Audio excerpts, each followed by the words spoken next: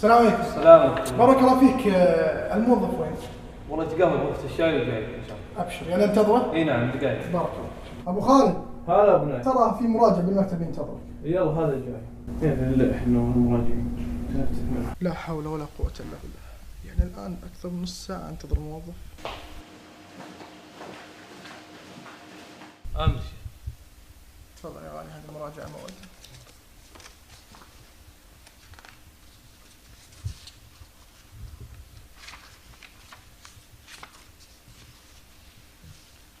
ورقة كاملة هذه. كويس، نكمل هذا. هذا ورقة كاملة، شلون الحين اصرفها؟ معليش يا غالي، السيستم والله عندنا عطلان الحين. بس ترى انا انتظرك اكثر من نص ساعة يمكن وانت جالس تتقهوى. والاوراق انا مكملها وماخذ موعد اكثر من اسبوع او اسبوعين، والان اذا بغيت اخذ موعد ثاني ابي انتظر اسبوع واسبوعين وعندنا اشغال لما نخلصها.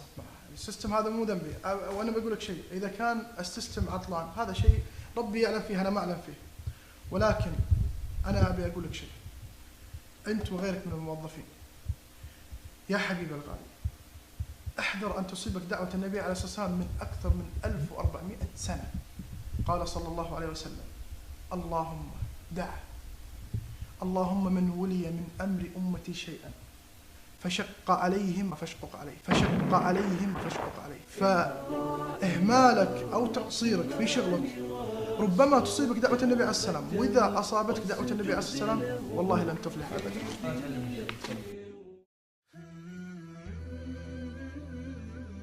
أنا أقول لي حياتي بالدنيا معوكسة بسبة إني أظلم خلق الله وصرفهم وأعقد معاملاتهم.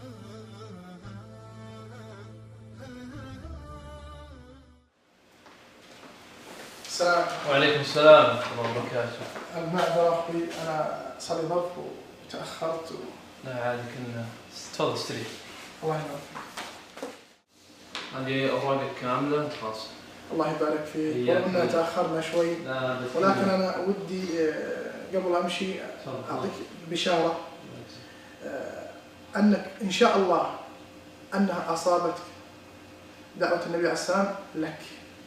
قال صلى الله عليه وسلم: أولا اللهم من ولي من أمر أمتي شيئا فرفق بهم فارفق به. أسأل الله أن يرفق بك وأن ييسر لك أمرك.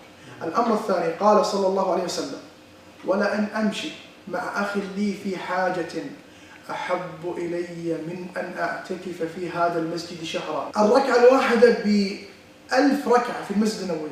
أنت لو أنك بس أخذت الأوراق وتصفحتها وحاولت تساعده وما خلصتها أحب إليك من أن تعتكف في مسجد النبي عليه الصلاة والسلام شهرا كاملا. وقال صلى الله عليه وسلم: ومن مشى مع أخيه في حاجة حتى يثبتها، أي حتى يخلصها، أنت الآن خلصت لي أوراقي، أثبت الله قدميه يوم تزل الأقدام. فأسأل الله عز وجل أن يبارك لك في أهلك وفي مالك. بارك الله.